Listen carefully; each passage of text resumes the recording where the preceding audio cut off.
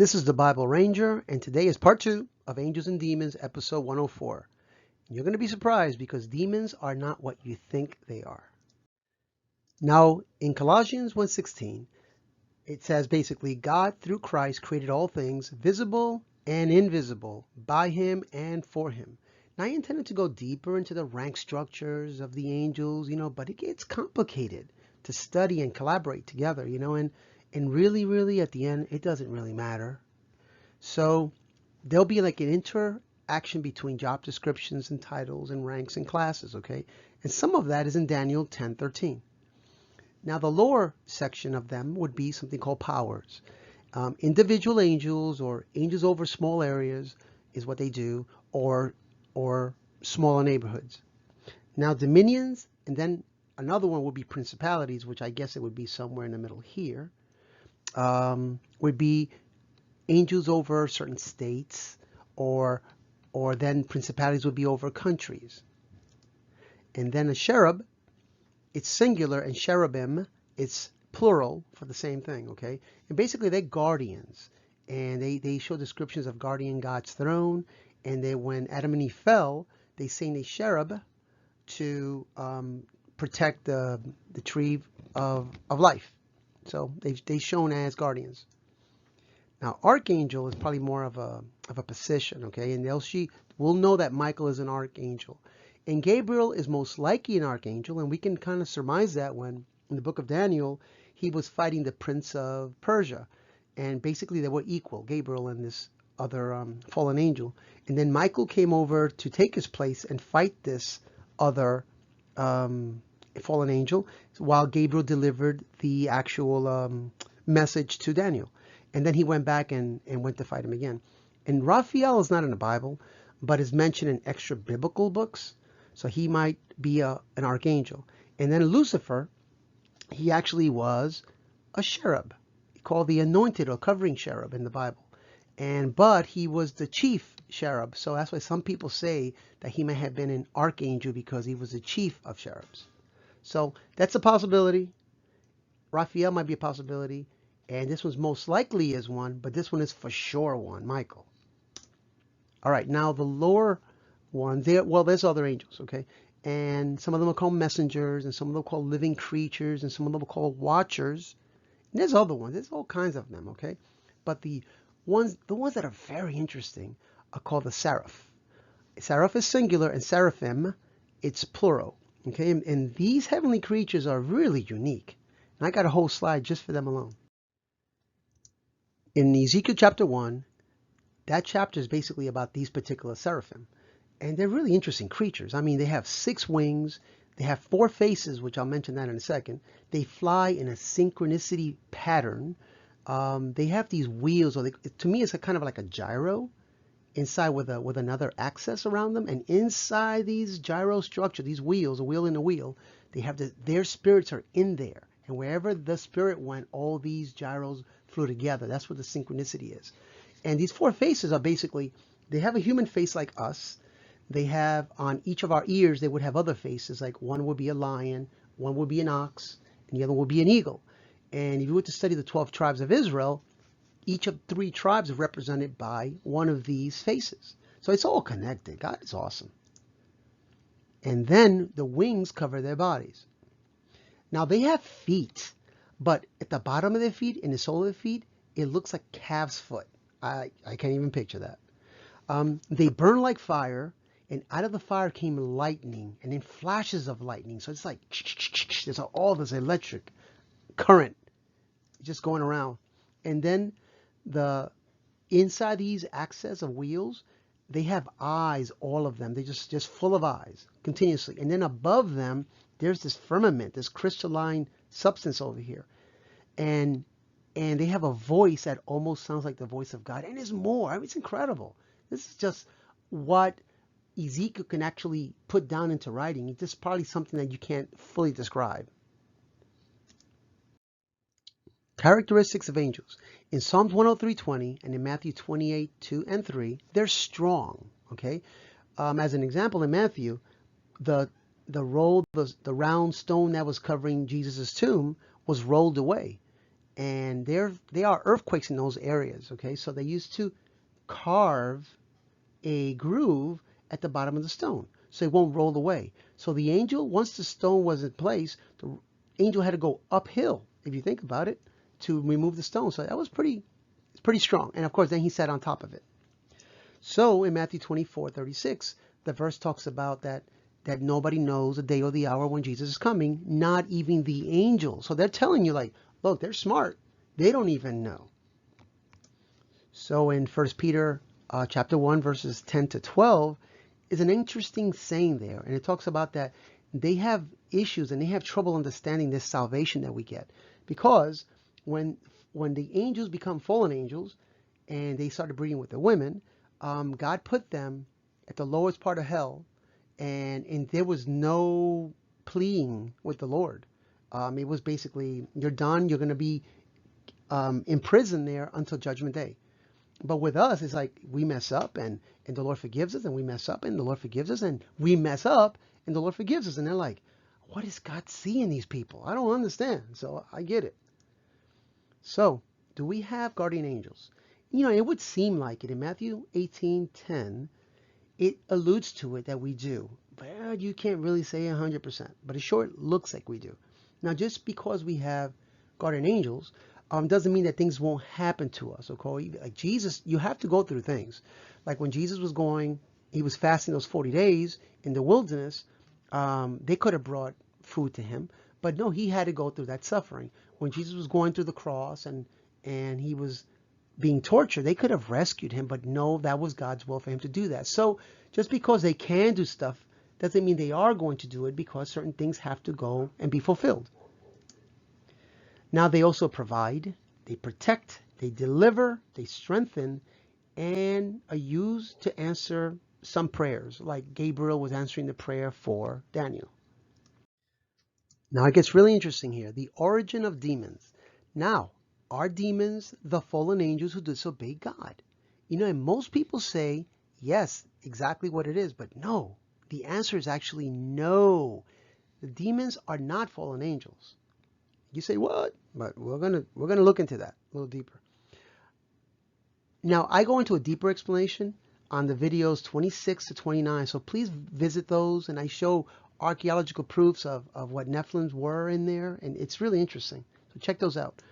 Now, this video is not made for the detail that I made those videos in there. So, in Genesis chapter 6, verses 1 through 4, are 4 verses that are extremely interesting in the Bible. And here we go. I got a condensed version here. When the population of the earth began to grow, the sons of God took notice of the women's beauty and took as many as they wanted as wives. God put a countdown of time, 120 years, before he would pronounce the judgment on the earth, on the world. Now, their offsprings of the sons of God and the human women, they produced giants. These giants, the actual word is Nephilim.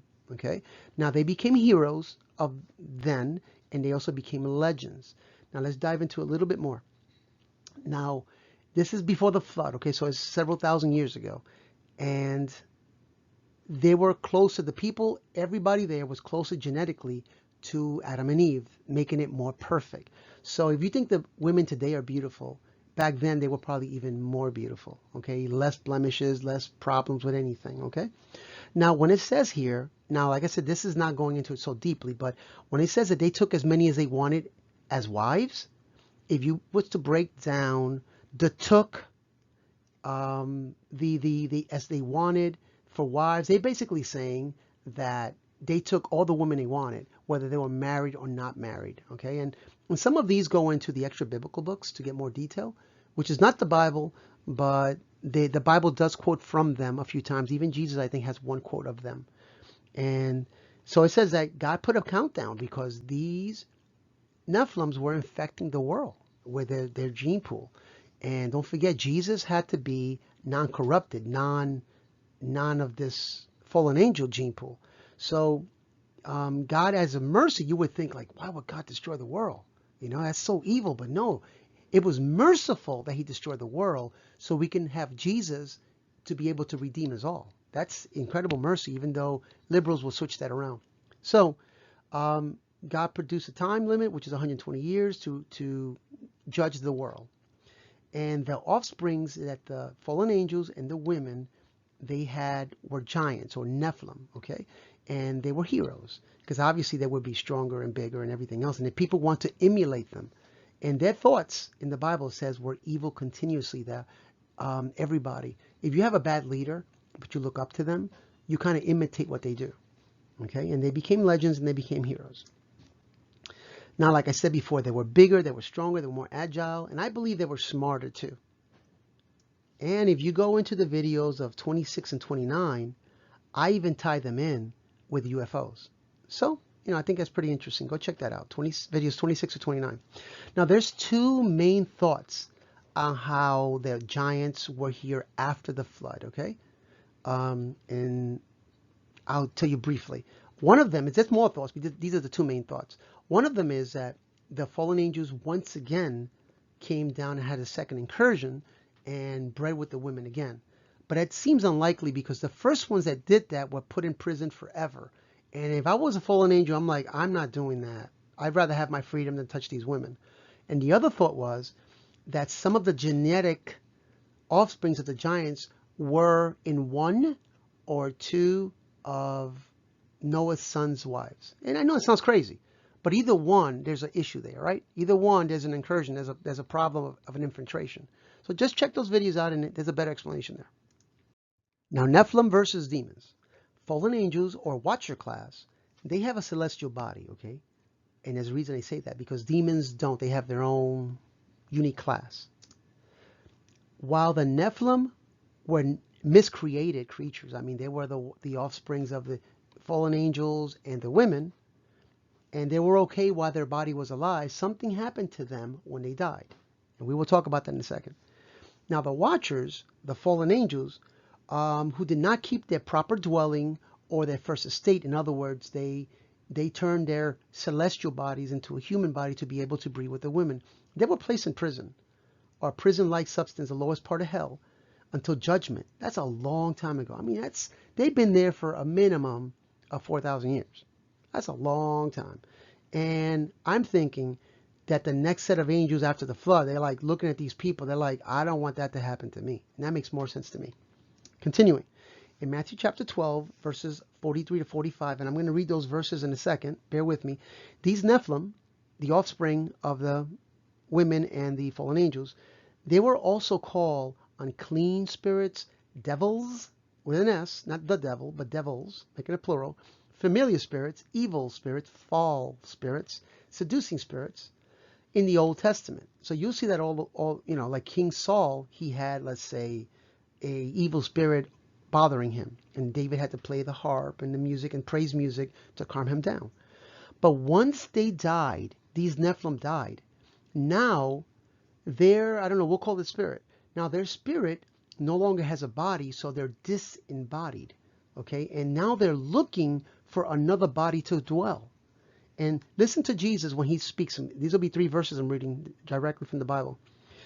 Verse 43, when the unclean spirits is gone out of a man, he walks through dry places seeking rest and findeth none. They're looking around for a place to inhabit. This is me speaking now.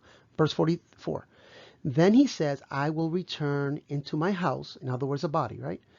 And whence I came out, and when he is come, he finds it empty and is swept and is garnished. That was verse 44. Verse 45. Then goes he and takes with himself 7 other spirits more wicked than himself, and they enter in and dwell there, and the last state of that man is worse than the first state. Even so it shall be also unto this wicked generation. So basically, if these disembodied demons are cast out of somebody and they leave for a while, they're like, man, I need to be someplace. I can't be productive being nowhere. Okay, so they go back to where they were cast out, and they'll end up bringing more evil demons with them, because it seems to be that the more evil you are as a demon, the harder you are to cast out. So this is why they're bringing out more evil, more demons. They don't mind sharing as long as they can stay there, because without being in a body, they're basically useless. So in Deuteronomy 32, 17, they were known to inhabit idols, to be worshipped. This is what they like. Sometimes they go into animals, and sometimes they can go into humans. Now, they are much weaker, the demons, than fallen angels. I mean, much, much, much weaker, okay? But can be used by the fallen angels. Demons are the closest thing we have to actually a ghost. I'm not saying we believe in ghosts, but it's not your great-grandfather. No. That's not. If it's anybody, it would be them. And they call familiar spirits too, because they've been around a long time, and they know you and your habits. They know your mom's habit, your grandfather's habit, your grandpappy's habits. So they know this. They've been around your family for a long time. So continue. Playing with danger. Now, we're not alone. Demons would love to possess our body, but other than entice us through our own lust, they can't touch us. But, however, okay, we can give them access to our lives. And I don't mean we as Christians. I mean we as non-believers. Now, in Deuteronomy 32:17, it says that we're worshiping other gods, especially through idols. That seems to be a way to open the gate. In Deuteronomy 18:12 through 10 to 12, it says that we're involved in occultism. And Galatians 5:20, it talks about drugs, okay, mind-altering drugs, okay. And the word yet there is witchcraft, but if you look up the Greek word, is pharmakia. That's actually the way you actually say it. A lot of preachers say pharmakia, but it's pharmakia, the real way to say it. So that's another way. Now, there's ways to protect yourselves, okay? And I don't mean for possession, but I mean to fight against them. So how do we protect ourselves, right? In Ephesians chapter 6, verses 10 to 12, I have videos there also, and I don't remember the video number, but it's about the armor of God. And please look at the series. It's like 5 videos to look into, okay?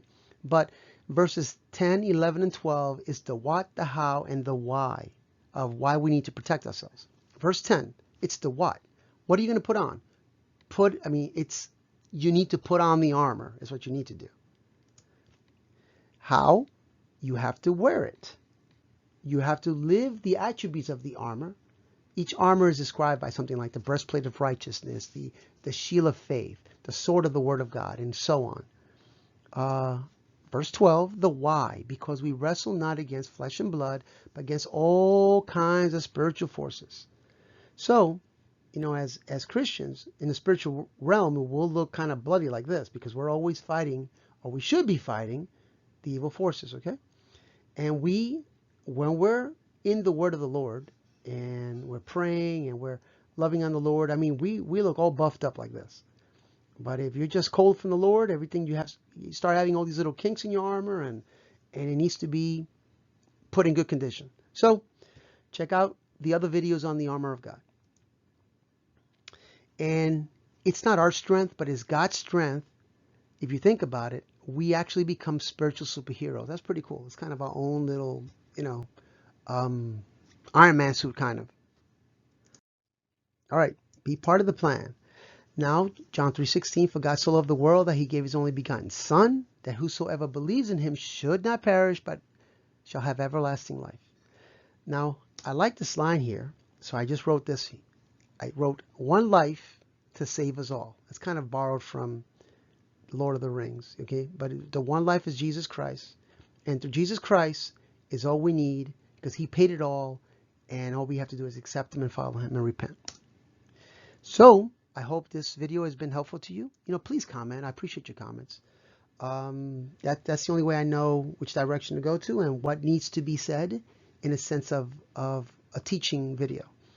And please share it and subscribe. I thank you very much. This is the Bible Ranger, keeping the Bible simple yet rich in content. Thank you.